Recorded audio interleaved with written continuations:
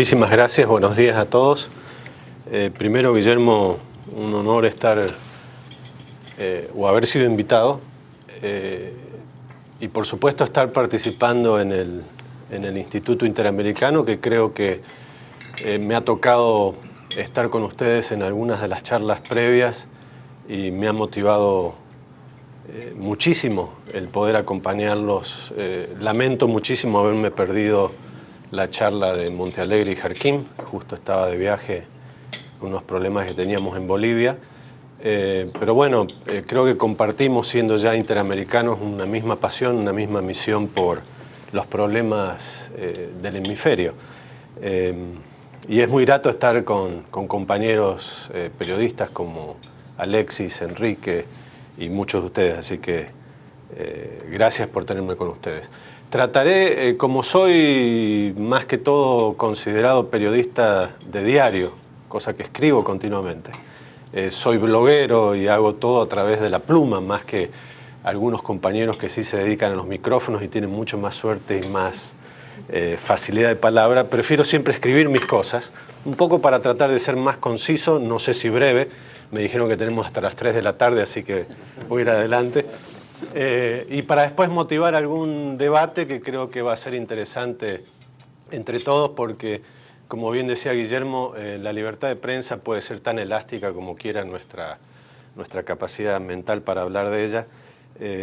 Y no es una ciencia exacta, así que todos tenemos una opinión diferente sobre el comportamiento de los medios de comunicación y sobre el derecho del público a la información, que es en realidad lo que yo más defiendo dentro de lo que es la libertad de prensa.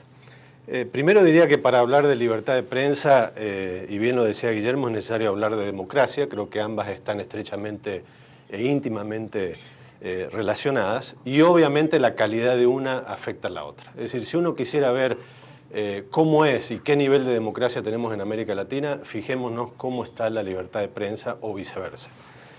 Creo que es una ecuación que en América Latina la podemos observar muy adecuadamente, al menos en los últimos 30 años, en nuestros periodos ciclotímicos de políticas pendulares que saltamos de izquierda a derecha, de dictaduras a democracias, saltamos de gente como Allende a Pinochet, de Stroessner a Videla, de Ortega, tenemos contras, recontras, Sendero, FARC y Marcos de por medio, ¿no? Es decir, tenemos una oscilación política bien nutrida. Y pasamos obviamente de un neoliberalismo de gente como Menem a algunos autoritarismos de izquierda populistas como el actual de Chávez, y de repente este péndulo vamos empezando a ver como en América Latina con Martinelli en Panamá, y de repente saltamos a Piñera en Chile, va a ir oscilando hacia la derecha también. Así que ahí vemos toda la gama de gobiernos en, yo lo que diría, prácticamente 2 décadas, y veremos cómo se comporta la libertad de prensa. Es cierto también que la democracia formal, al menos, se ganó en los últimos 20 años en América Latina, pero también es cierto que las instituciones son demasiado débiles, y el Estado muchas veces no logra conciliar las necesidades de la gente. Los gobiernos tienen los índices más bajos de credibilidad, tal vez del mundo. Los legisladores son sacados a patadas del Congreso de Argentina, son impedidos de entrar al Congreso de Ecuador, o los políticos hacen acuerdos fácticos como el de Alemán con Ortega para tratar de esconder el problema de las elecciones municipales o del fraude de las elecciones de noviembre pasado en Nicaragua, ¿verdad? Muchos hablamos también de estados fallidos. Un ejemplo en este momento lo representa la violencia que se desató en México con más de 8.000 muertos por el narcotráfico y que el Estado no sabe lo que se puede hacer. Y obviamente el problema es la impunidad que existe en muchísimos países, donde yo creo que ahí está el grave problema de América Latina, que es justamente la falta de justicia. Es un poder demasiado débil, en muchos casos que depende totalmente del poder político, como por ejemplo podemos ver en este momento a Chávez utilizando al brazo armado de la justicia a su favor. Y tenemos también, como puede ocurrir con Correa en Ecuador, con Chávez en Venezuela, gobiernos y en la mayoría de los países abusivamente presidencialistas que incluso gozan de poderes habilitantes para hacer decretos a mansalva, ¿no? Se habla de Chávez con más de 300 decretos en 1 año y medio que le dio el poder habilitante al Congreso, y lo mismo Correa con 80 decretos. Es decir, tampoco existe prácticamente el Congreso en muchos de estos países, y donde los poderes políticos o los poderes de oposición son totalmente débiles, en algunos países inexistentes, incluso como en Venezuela, donde ellos no han querido estar como parte del Congreso. Yo diría que este espacio de falta de oposición, falta de conflicto político, de confrontación política y tolerancia política, hace que los medios empiecen a ocupar este lugar. Y entonces la gente llega a las redacciones de las radios, de los medios, de los diarios, a denunciar cosas que no se atreven a denunciar ante la justicia, o a confrontar al poder político porque no lo pueden afrontar o confrontar en la vida misma. Y con políticos que no quieren afrontar a las mayorías, es decir, a los populismos, demagógicamente tratan de adular a las masas y prefieren confrontarse con los periodistas, con los mensajeros. Y eso lo vemos con gente como Chávez, Correa, Morales, Ortega, los Kirchner, con el mismo Uribe, con Zelaya, y hablo del Zelaya antes de Micheletti, porque era uno de los problemas graves que teníamos en América Latina en materia de libertad de prensa.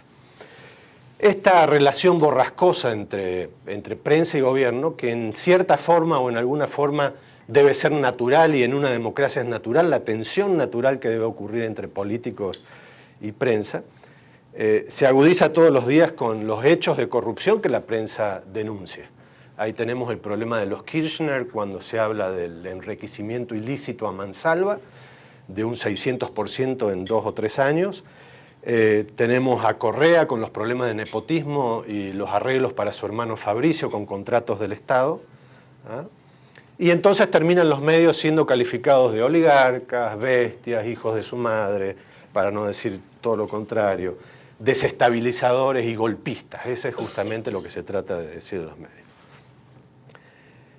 Muchos de los políticos entonces lo que tratan de hacer es no dar conferencias de prensa, ya no hay una confrontación con la prensa como pasó con los Kirchner, como hace el propio Chávez, para lo que prefieren la tribuna pública en cambio del periodismo, y con esto uno va a Venezuela y se encuentra con el aló presidente, que ya dio como 400 emisiones, buen día, como 400 emisiones, Correa, que ahora saltó con su propio espacio de los sábados, donde tiene un periodo de tiempo que fue al principio de 20 minutos para hablar de libertad de prensa, que no es más que para insultar a los medios que lo critican o editorializan en contra de él. A los medios, es verdad, se le exige bastante pulcritud y objetivismo informativo, en cualquier, y no se trata de entender que también los medios pudieran tener alguna tendencia o criterios editoriales, como también lo pueden tener aquí en Estados Unidos a través de las páginas editoriales o de opinión, cuando vemos que en las elecciones se van a favor de un candidato o de otro. Pero en América Latina, cualquier medio que tenga un criterio editorial para criticar a alguien, como por ejemplo pasa en estos momentos con el gobierno de Micheletti y con el gobierno del propio Zelaya, los medios automáticamente son divididos entre golpistas, oligarcas o medios democráticos o antidemocráticos. Así yo creo que en esta polarización los medios son arrastrados también en esta polarización que buscan muchos de los gobiernos dividir para reinar, y se dejan de lado problemas estructurales. Se habla mucho en estos momentos de política. Si uno ve lo que está pasando esta semana, lo que habrán leído ustedes o escuchado esta mañana con el tema de la ONU, hablamos mucho de política, hablamos de ideologías, pero hablamos poco de problemas estructurales. Y en América Latina los grandes problemas no es la ideología que están tratando de capitalizar, sino el problema del 80% de la gente se siente desprotegida. Hay un factor clave de problema de violencia generalizada e inseguridad propia de la injusticia que hay, propia de la impunidad. Un armamentismo que ahora empieza un debate fuerte, que Alan García lo trae a la mesa de UNASUR y lo pone de nuevo en la proyección del problema de los gastos que está habiendo en esta materia y descuidando otros temas como un problema grave de educación, un problema grave de pobreza y de